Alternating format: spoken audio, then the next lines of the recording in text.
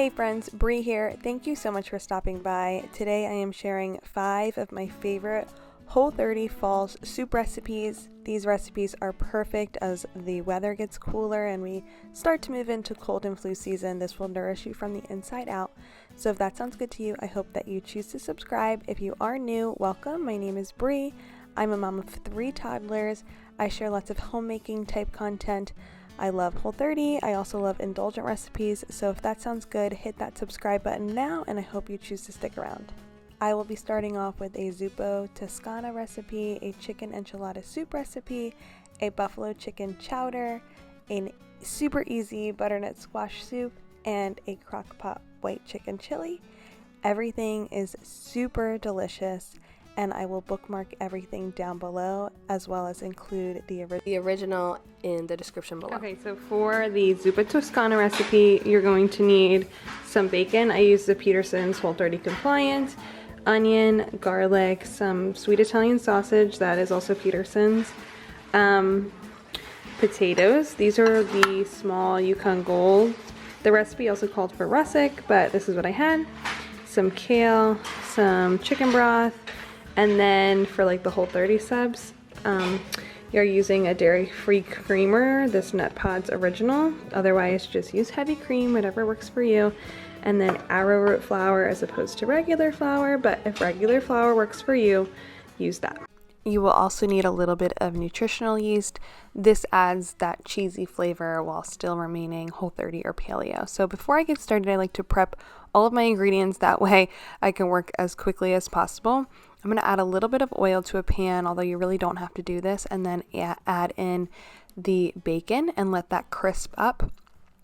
This took about 2 minutes, and once it was crisp, I removed it from the pot, and then I got to sauteing my onions and my vegetables in that bacon grease. What's really nice about this recipe is that it is essentially one pot, with the exception of like removing the bacon and putting it in a little canister. And so as you can see, I've sauteed up my onions until they were just about translucent. And now I'm going to add in some minced garlic.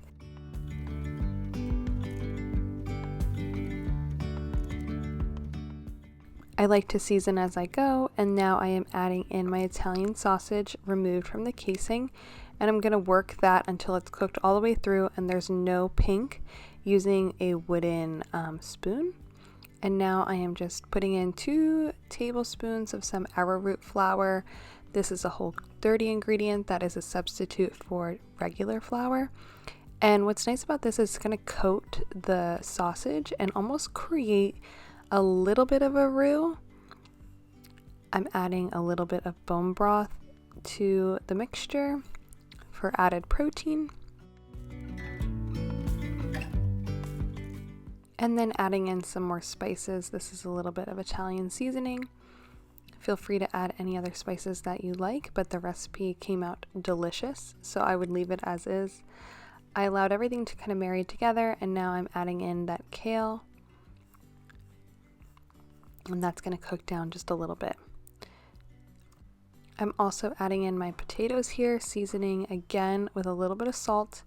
And then I'm going to cover that, and I think this cooked for about 20 minutes. I brought it to a boil and then reduced it to a simmer. One thing I love about cooking Whole30 is it introduces me to new methods and new ingredients in my everyday cooking. So after this is reduced down and the potatoes are ready to go, you add in about a cup, again, everything's down below, of Nut Pods, which is a dairy-free creamer. It's something that I use in my coffee every morning. And this really creamed up the dish so well. And then to that, you're going to add a little bit of nutritional yeast for a little cheesy flavor. Sprinkle that right on in. And then you're going to top it with some lemon juice. And the flavor in this soup was absolutely delicious. We barely had leftovers for the next day.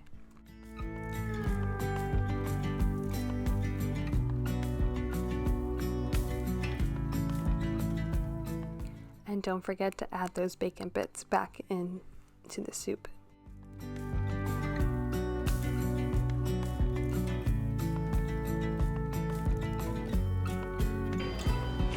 Okay, so now we are doing a taste test. Trying not to burn my face off.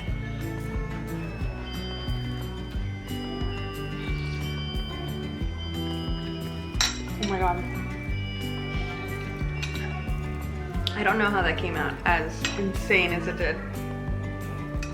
But this is maybe the best soup recipe I've ever made, ever. It's really good.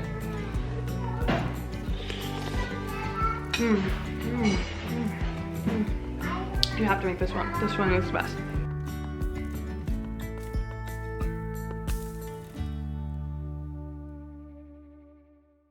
The next soup that I prepared was chicken enchilada soup, and this is from the Defined Dish. Okay, and these are all the ingredients you will need for the chicken enchilada soup. I like to write them out and then place that in these like little tubs that I keep in the fridge for like weeknight meals so that I have everything that I need.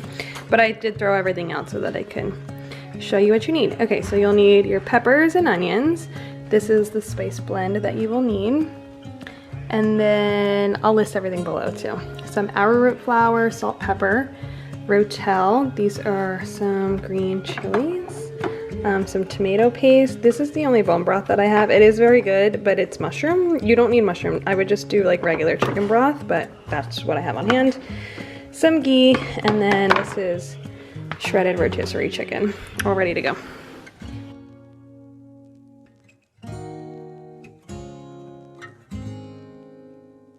I started off here with prepping all of the produce.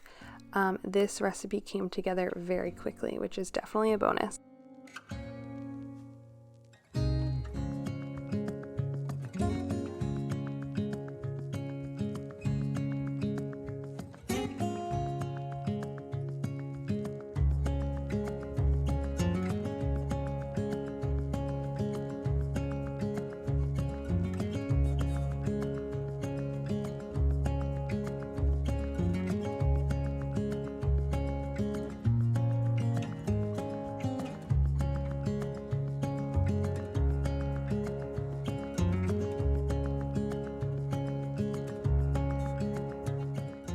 So to a pot, or I'm using my Dutch oven, you're going to add a little bit of extra virgin olive oil, add in your peppers and your onions, and allow that to saute up. From there, you're going to add in your seasonings. I like to season as I go. And you'll add a scoop of ghee, which is a clarified butter, so all of the dairy proteins are removed. And once again, we're adding in that arrowroot flour to create something that's similar to a roux. So while making this recipe, it's going to look a little complicated. Alex, the creator of this recipe, even says that on her website in the video, but it does come together nicely once this step is complete. So to the roux, you're going to add your spice mixture. So it's all the spices you would use in making enchiladas or tacos. The oregano was delicious in this. So it's oregano, chili powder, garlic powder, onion powder, smoked paprika. Everything again is listed below. And then you're going to add your chicken broth. I used kettle and fire. I don't recommend using the chicken mushroom, but that's all I had. The taste was a little bit off. It was still very good, but just use regular chicken broth. Then I added the tomato paste and toasted that up. And I added the green chilies and the Rotel. I'm walking down the street on clouds instead of the concrete I'm dancing through. Everything's about to come my way. Nothing can ruin my day, no matter what anyone does or say. I smile at fools. No, I don't care, cause I am home. To that, I am adding my shredded chicken. So this is some shredded chicken I had on hand from my Crockpot. You can also use, Whole Foods has a Whole30 approved rotisserie chicken that I like to pick up when I'm doing my Whole30s. Know what it's like to be broke. Okay, time to taste test.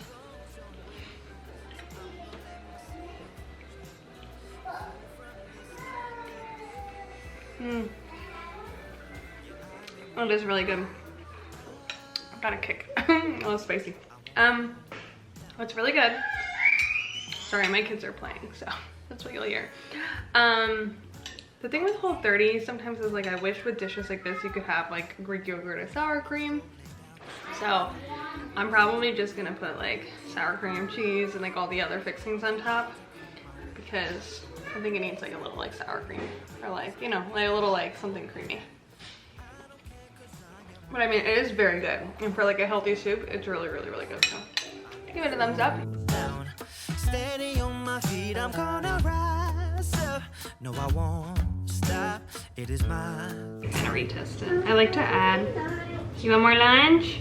Okay, you want some soup? I do. You want soup? Perfect. This one's a little spicy, so I'll make you something else. But I Mm-hmm. It's much better. I don't know about the ghee though. I taste the ghee really strong. cold. So that would be the thing I would work on, would be like the ghee factor, but it's pretty good. Up next is my buffalo chicken chowder, and this is a recipe of my very own. I've been making it for a couple years, and it's my husband's favorite. Okay, so this is what you need for the buffalo chicken chowder: chicken breast, a cup of onions, a cup of celery, a cup of carrots, a cup and a half of potatoes. These are Yukon Gold and they're diced. Then you'll need 4 cups of chicken broth, some hot sauce, or buffalo sauce. I have Frank's, a little bit of coconut milk, and then your seasonings. This is paprika, onion powder, and garlic powder. So this will all go in the crock pot. These will go first, then this, and then the broth. You'll save the dairy substitute for later.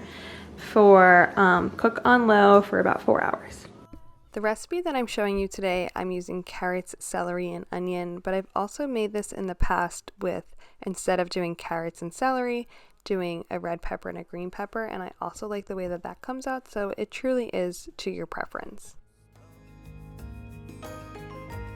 Just chop up all of the vegetables and get everything ready, and then just set that aside. For Crockpot specifically, comment below if you've found this. I like to chop up the veggies really thin, because when I'm cooking chicken, I don't like for it to get overcooked. I'm sure you don't either, but I feel like it takes a lot quicker than when most directions say like cook on low from like 5 to 6 hours. I feel like it cooks a lot quicker than that. Maybe my crock pot just runs hot. But if I cook the vegetables, or I slice the vegetables really thin, that's where I find like the perfect balance for a crock pot meal. You know what I mean? Because I don't like to overcook the chicken and then the vegetables are still not fully done yet, so I feel like there's a balance there. So right now I'm just chopping everything up like super duper thin. Plus we have picky eaters in my house, meaning my husband, and he doesn't love vegetables. I don't necessarily blame him, but you gotta get them in somehow. So I find that the thinner I chop them or the smaller I chop them, just overall like the better.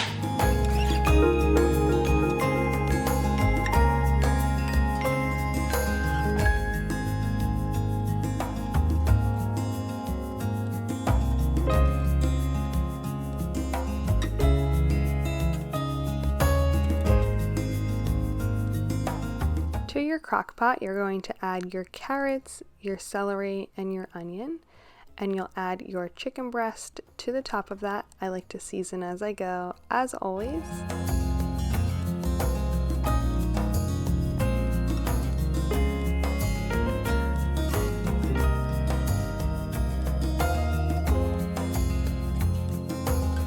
I like to start with about a cup or 2 cups of chicken broth to half a cup or even 1/4 of a cup of Frank's Red Hot sauce. It depends on how spicy or hot you like your food.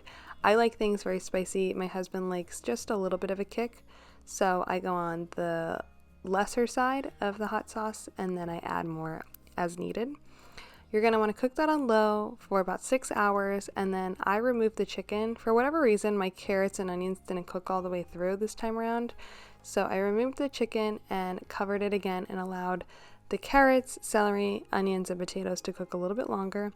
And now I'm shredding my chicken with a fork. I also like to use a food processor or a hand mixer to shred my chicken, but this is what I had going on. So to create the chowder-like effect, you're going to want to use your immersion blender. This is going to make their soup thick and creamy. But before, I didn't show this part for whatever reason, before you do this immersion blender, not only are you taking out your chicken, you're going to want to scoop out about a cup, maybe even 2 cups of your carrots, celery, and onions and potatoes. That way you can add them back in and you get like the real chowder effect. And now I'm adding a scoop of full fat coconut milk and about a splash, 2 or 3 of some dairy-free nut pods.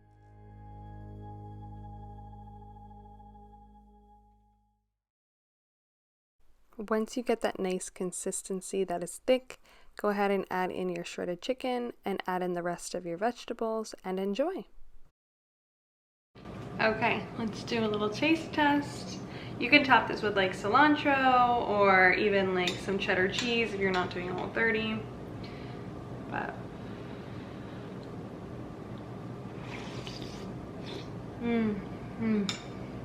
oh, that's really good. It's spicy and it's a little hot, but it's really yummy. This is like my favorite soup. The kick. This is like my, you know when you breathe and like spice goes down your throat? That's just what happened. This is like my favorite soup to have in the fall. I do it with football, I top it with cheese, a little sour cream.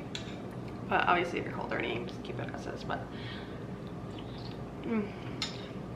that's a good one.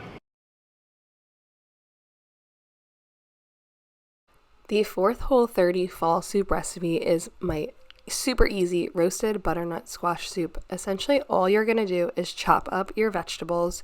I leave the skin on the butternut squash. I just take out the seeds. And you're going to put them on a sheet pan with a little bit of tin foil and olive oil. I like to add the butternut squash, carrots, and onion.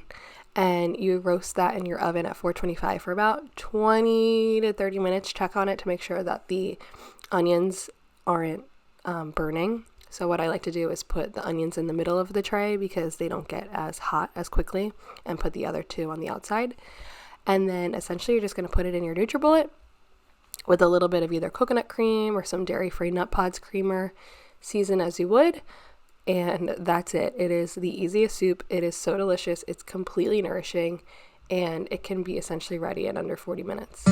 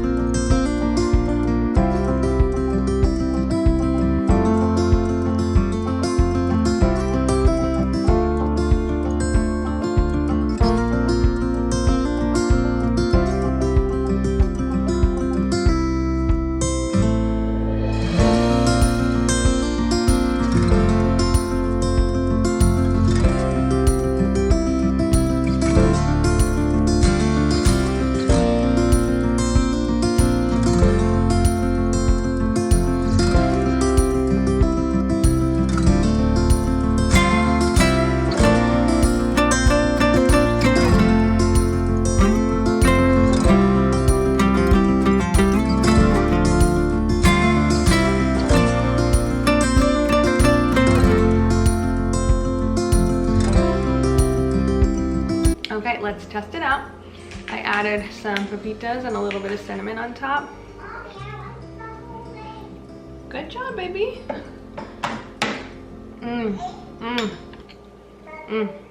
It's so good. I love how roasting the vegetables like brings out like a sweetness to the vegetables without, I don't know, it doesn't taste like earthy. Like, you know how sometimes like I feel like roasted vegetable soups can have that earthy taste? This is just like straight up comforting. This one's a really good one.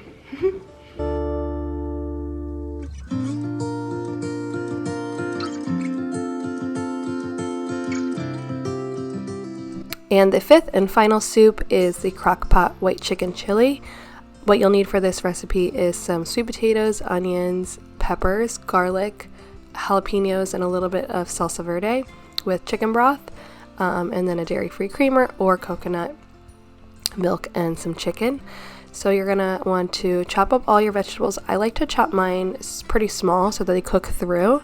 Place everything in your crock pot with the exception of the dairy-free creamer. You're gonna put that in at the end and allow that to cook on low for 6 to 8 hours to make sure that all the vegetables cook up.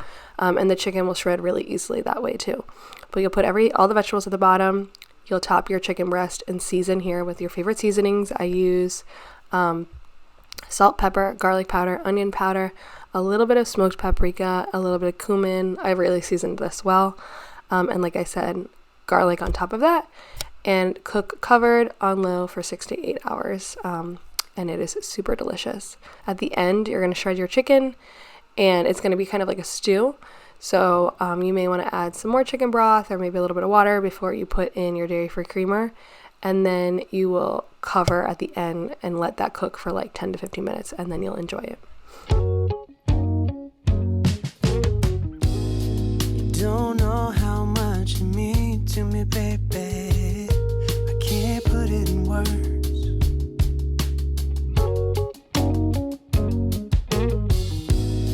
You don't know how much you give to me, baby. You keep making me learn.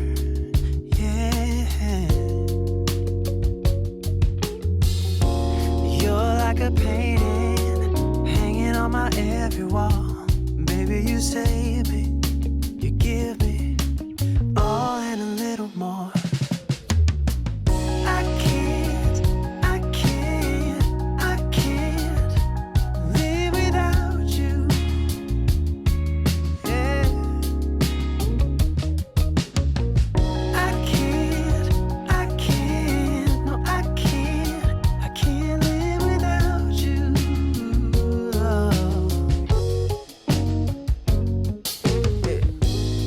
I was roaming through the dark, baby. Ooh, you keep making it shine. Let's try this. I'm in love with how you talk, baby. Wow, that's It's craving super the sound. Yeah. You're like a painting hanging on my head. That's what I have for today's video. I hope you enjoyed it. Please let me know in the comments if you try the soup, and of course tag me on all socials. You can follow me on TikTok. I post lots of recipes there. Otherwise, have a great weekend. I'll see you guys in the next video. Bye, friends.